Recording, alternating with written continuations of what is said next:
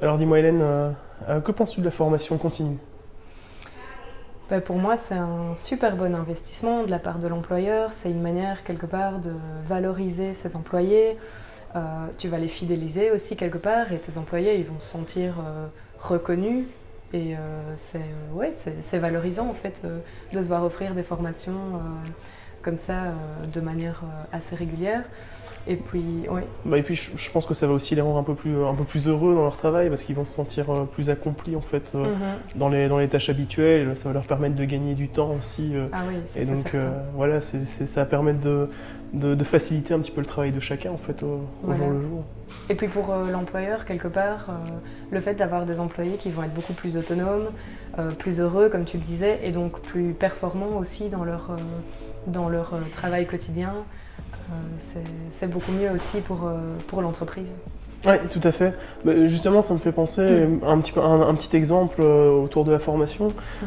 C'est des sociétés avec qui on a travaillé aussi, où le but c'était vraiment de former les sales en fait, puisque ils avaient un iPad et d'un autre côté en fait ils avaient du papier.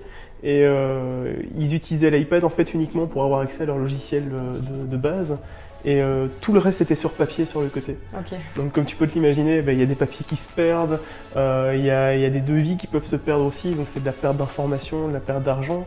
Et l'idée c'est vraiment de former ces personnes-là à l'utilisation des outils qu'ils ont en fait en entreprise, pour qu'ils sachent un iPad, c'est pas uniquement de télécharger des jeux, télécharger Netflix pour chez soi et en profiter, mais c'est également un outil qu'on va pouvoir utiliser dans le travail pour gagner du temps, pour supprimer le papier, utiliser des outils en fait qui existent et qui sont intéressants pour leur travail. C'est vrai qu'on a souvent une connaissance qui est limitée de tout ce qu'on peut faire avec ces outils-là, qu'on parle d'un iPhone, d'un iPad. Souvent les gens se limitent aux usages quotidiens alors qu'on peut faire tellement de choses. Et même moi honnêtement, je pense que je suis vraiment limitée dans tout ce qu'on peut faire avec ces outils-là. Je pense que c'est comme quand on est à l'école, quand on veut faire un copier-coller, on fait sélectionner tout le texte, clic droit, copier, clic droit, coller, alors qu'il y a juste à faire un CTRL-C, CTRL-V en fait, pour le réaliser. Et on gagne la moitié du temps en fait en connaissant ça. Et pour moi, on peut l'appliquer en fait à tout logiciel, tout outil en fait qu'on va utiliser en entreprise. C'est juste qu'on doit avoir le bon accompagnement en fait derrière tout ça. C'est certain, c'est vraiment des outils qu'on va mettre à disposition des employés, qui vont leur faire gagner du temps, qui vont les rendre plus performants. Et le fait de les former à tout ça, après il y a l'auto-formation aussi qui est super important. Je pense qu'il faut avoir un mix des deux. C'est hyper puissant. Mais tiens, ça pourrait être aussi utilisé, on en parlait tu en parlais avec Christophe dans quelques autres vidéos pour le design thinking. Parce que c'est vrai que c'est quelque chose qui est parfois peu connu, ou alors on connaît de nom mais on ne sait pas exactement comment le réaliser ou ce que ça peut apporter. Donc comment on pourrait apporter en fait cette formation autour du design thinking? C'est sûr que c'est un super chouette outil. Après, faire venir des gens qui vont animer les workshops, c'est intéressant parce que ça te permet de participer, vraiment d'être là en tant que participant et de ne pas devoir animer toi-même. Maintenant, le fait de former des gens en interne au design thinking, ça va les rendre autonomes justement, et c'est ce qu'on souhaite aussi pour les entreprises, qu'elles puissent être autonomes, qu'elles puissent utiliser cet outil qui est un super chouette outil. On en a déjà parlé effectivement dans plusieurs talks.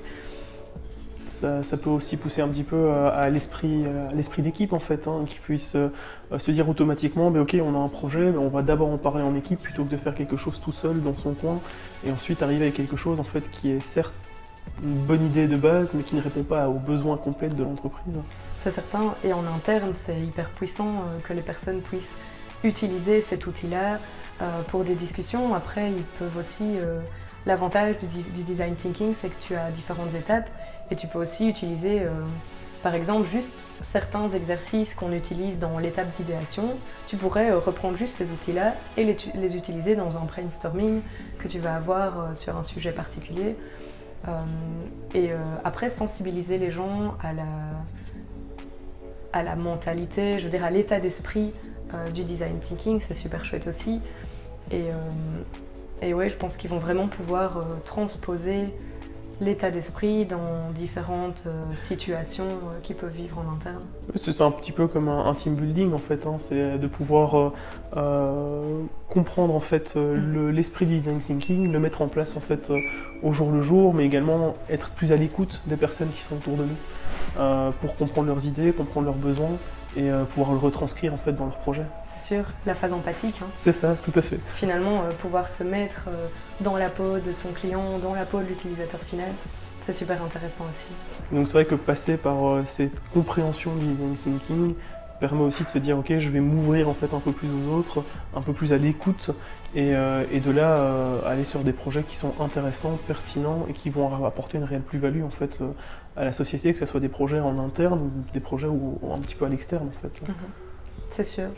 Et donc si on devait résumer un petit peu tout ça, la formation continue, peu importe la thématique. Ici c'est vrai qu'on a abordé 2 thématiques qui sont l'iPad en entreprise par exemple. Et le design thinking, mais on pourrait avoir toute autre sorte de formations. On a des formations pour les personnes, des personnes qui sont IT, il y a plein de types de formations, des formations à comment mieux travailler, comment avoir un esprit plus positif par exemple, ou comment utiliser Word ou Excel par exemple, ou Numbers. Ou la suite Adobe ou des outils pour des designers. C'est ça, c'est vraiment faciliter le plus possible en fait le travail. C'est sûr. Et donc les avantages ils sont à la fois pour l'employeur, à la fois pour l'employé qui va se sentir beaucoup plus impliqué encore. Même chez Underside, en fait, on fait pas mal de formations, que ce soit des formations pour côté compétences, mais aussi la formation au niveau de l'esprit. Tu peux peut-être en dire un petit peu plus Oui, plus côté bien-être. En fait, on a ici une formation qui arrive en octobre sur la psychologie positive, où là, on a proposé en fait aux gens de s'inscrire ou non. Donc, c'était pas, en fait, c'est jamais obligatoire. Et donc là, on a Isaline qui est formée en psychologie positive qui va venir nous en parler. On fait venir aussi des nutritionnistes pour nous sensibiliser à une bonne alimentation, une alimentation qui va nourrir ton corps et ton esprit quelque part. Donc ça, c'est les formations plus bien-être.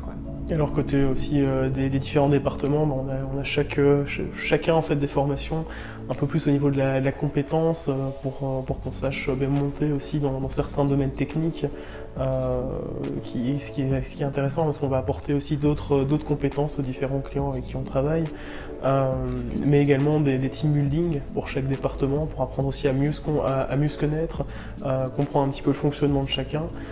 Ce qui permet aussi de mieux travailler, je pense, et aussi travailler sur certains thèmes en fait qui sont importants pour le département et pour Underside. C'est certain. Et puis alors les formations et certifications vraiment plus techniques, on est nous-mêmes continuellement formés en design thinking. Et alors, tout ce qui est certification Apple, les certifications développeurs en fait autour de certaines méthodologies, mais aussi autour de certaines technologies. Qui sont parfois obligatoires pour certaines sociétés. Donc oui, c'est important de pouvoir se mettre à jour chaque fois. Et comment tu le vis, tiens, toi d'ailleurs, ces formations continues? Qu'est-ce que tu en penses? C'est à chaque fois en tout cas quelque chose qui nous permet d'aller un peu plus haut en fait de où on est. Enfin, on va toujours vers l'avant. Et ça permet soit en fait de faciliter la façon dont on va travailler ensemble, je pense surtout au team building, et ça m'a permis de comprendre aussi certains fonctionnements de mes collègues et donc de se dire ok, je sais comment ils fonctionnent, donc je vais peut-être plus dans un moment de stress l'approcher d'une autre manière en fait pour qu'ils le prennent mieux, ou bien de se dire mais voilà comment en fait chacun quelles sont les attentes de chacun auprès du département, auprès de ses collègues en fait, mais également autour des compétences. Voilà, on a justement des formations avec une personne qui nous aide en fait sur certains points d'amélioration qu'on a de notre côté et qui nous permettent d'aller toujours un peu plus loin en fait et de s'améliorer au fur et à mesure du temps. C'est valorisant et c'est vrai que c'est chouette en fait de se sentir monter en puissance et monter en compétence et de mieux en mieux comprendre le fonctionnement des autres et d'apprendre plein de nouvelles choses. C'est très valorisant, après on gagne aussi en confiance en soi parce que on connaît plus de choses et on a un peu plus confiance en ses compétences en fait. C'est certain, c'est sûr. On est super curieux de savoir ce que vous en pensez sur la formation continue, donc n'hésitez pas et si vous avez des questions, on est là pour y répondre. Salut!